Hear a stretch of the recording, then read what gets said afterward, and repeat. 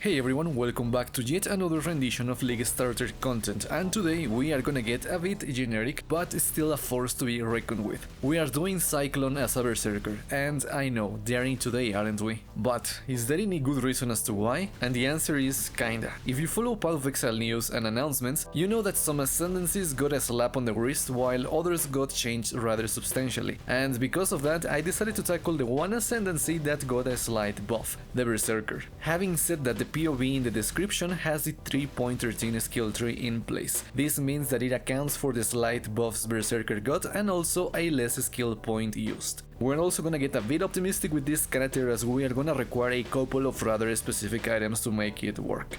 Though with all honesty, due to the way the character is built, he is gonna be a bit overkill for the first Sirus encounter, which, at the end of the day, fighting the first Sirus is the goal with the League Starter, at least in my opinion. Having said that, if you invest your time with this character, he should be able to handle Sirus on Awakener 8 just fine. However, since we've got a new endgame body, I figured the damage may be the way to go. Anyways, if you enjoyed tonight's content, be sure to subscribe to the channel, otherwise a rating and a comment are always appreciated, and with all of that said, let's hold right click and let Jesus take the wheel.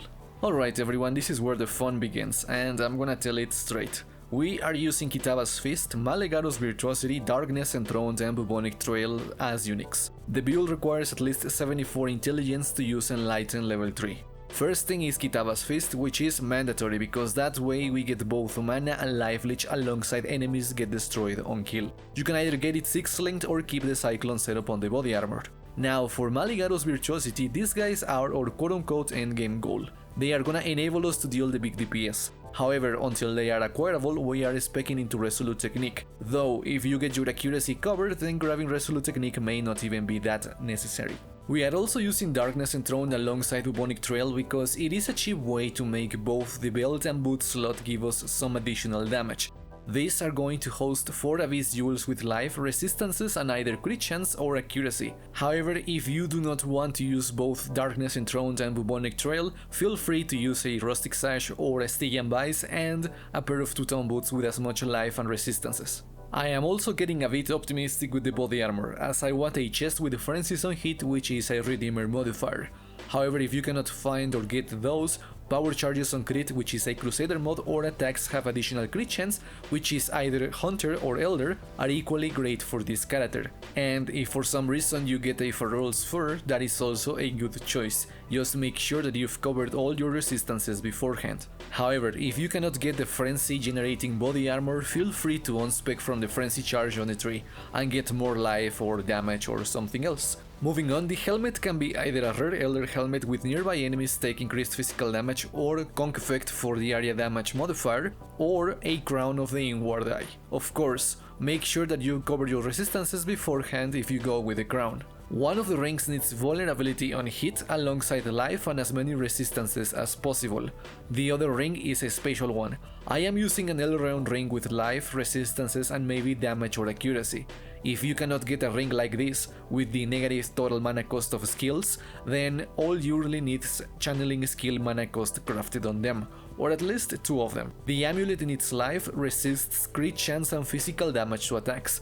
Since I covered my mana cost with the Elrond mod, I bench crafted a power charge. You can do this on the rings too if the Elrond mod allows it. And the amulet also has Panopticon anointed for those single target times where our totems are up. And finally, for flasks we use a Sulfur, a Diamond and a Lion's Roar. Though if you can craft crit chance on either the Diamond or the Sulfur flask, that will be great. With the gear out of the way, let's talk about the skill tree. First, the Ascendancy. We are doing a Berserker, and we are gonna grab Crave the Slaughter, Flawless Savagery, Blitz and Aspect of Carnage. And I recommend following this order for Ascendancy choices. Now, if you do not like the increased damage taken on Aspect of Carnage, you can use Rite of Ruin instead. As for the rest of the skill tree, well, the goal is reaching level 93. We are siding with no bandits, and for Pantheons, Shakari and Solaris are the best choices. Just get them upgraded, unlike me. Anyways, as I mentioned previously, until you can get Malegaro's Virtuosity, you can take Resolute Technique if you haven't covered accuracy yet. Also, if you don't get a Frenzy generating body armor, feel free to unspec the Frenzy charge and grab a bit more life or damage if you want. Now, for the rest of the skill tree, we want life, towards more life, versatility as well, 200 DPS into more life, and unwavering stance, though if you get Rite of Ruin instead of Aspect of Carnage, feel free to avoid unwavering stance. Anyways, we take a Jewel Socket towards Axe attack speed and damage, also a bit more life. From there we want kinetic impacts, crit chance and accuracy, and we move towards the Scion area grabbing life, Impale, attack speed and rage, Path of the Water, and we go back down. Now we grab Impale stuff, Fortify stuff, life, versatile stance, axe damage and some rage, 200 stuff, life and speed, and if you have the body armor with frenzies, you grab the extra frenzy charge. And we want a cluster jewel socket, which is going to host a medium cluster which has quick getaway and basics of pain, while also having 5 passives at most, or else we overspend points and that is no good. Finally, for jewels in the skill tree, we want increased maximum life, global accuracy and global crit chance, and any resistance or attribute that you were missing. If you can get a bit more damage on the jewels, that is also great, but not mandatory.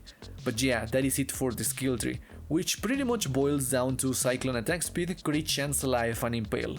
So now let's go to the gem setups. In the body armor, Cyclone, Pulverize, Fortify, melee physical damage, Impale and Brutality. If you can get Awakened gems, that will be great, otherwise 2120 is good enough. In the weapon, or vice versa if you can, Pride, Dread Banner, Blood and Sand and Precision, with all of them linked to Enlighten level 3. In the gloves, Enduring Cry and Flame Dash linked to Second Wind, though we barely use Enduring Cry so you can ditch it if you want. In the helmet, Ancestral Protector and Vaal Ancestral Warchief, both of them linked to Maim. And in the boots, Blood Rage and Berserk. And with all of that out of the way, let's wrap up this character with some final thoughts. The goal is damage, flat damage, not bleed or poison or other damage over time ramp up mechanics, just good old Impale on a Berserker. Now yes, I am getting a bit greedy with the gloves and some of the gear too. However, I am doing this because again, stuff got nerfed or changed and I guess I just wanted to have fun at base value, which Cyclone delivers just fine. At the same time, Harvest is quote-unquote back. Not as frequent as it used to be, but as long as we can use it to fix or complete certain items, that is good enough for me. Things like the helmet, body or jewelry should be easy to fix and upgrade through Harvest, but that depends on how often we can interact with the mechanic. Having said that, this build can get better DPS if we acquire a 7-link Kitava's Fist, as in a Fortify or Onslaught Corrupted Implicit. That should give you a substantial bump, especially Fortify, which will allow you to socket something else and bump the DPS a lot more. More life is also doable with better rolls on the gear, though you could ditch some damage in favor of more life if you wanted to. But yeah, that's gonna be it. Not gonna lie, I am a bit nervous about the Maven, mainly because I don't wanna repeat the same experience of last year, where Sirus took me a bunch of tries until I nailed the mechanics of the fight. But at the same time, I'm also excited to see where this league goes. So with all of that said, I am out. I leave you with a Sirus on Awakener level 6 to simulate the first encounter which this character should have in the bag guaranteed. Thank you so much for watching the video, be sure to subscribe and I'll catch you again soon with a new season of content for Path of Exile. Take care and peace out. What's this? A real challenge? You've finally caught my attention. Die.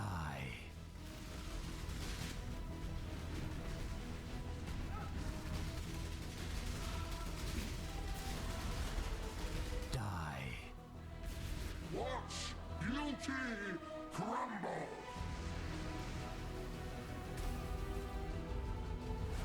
Why resist?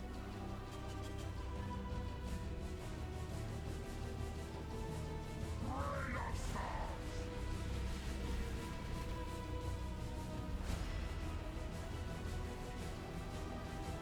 You are nothing!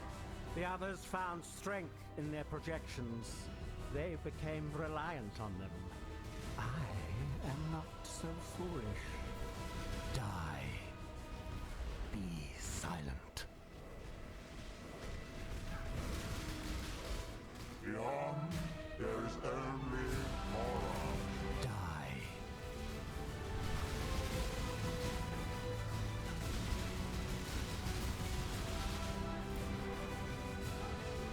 Watch beauty crumble!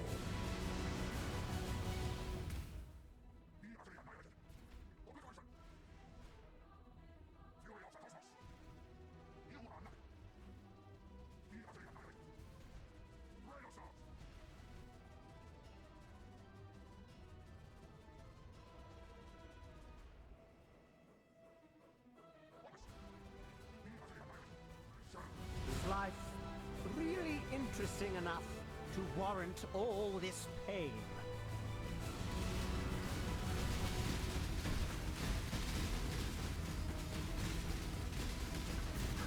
Beyond, there is only horror. Die.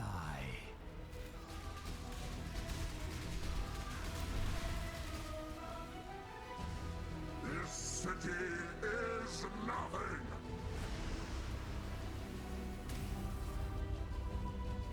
Pointless.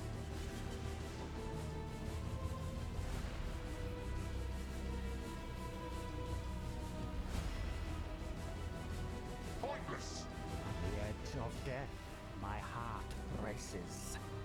I am alive.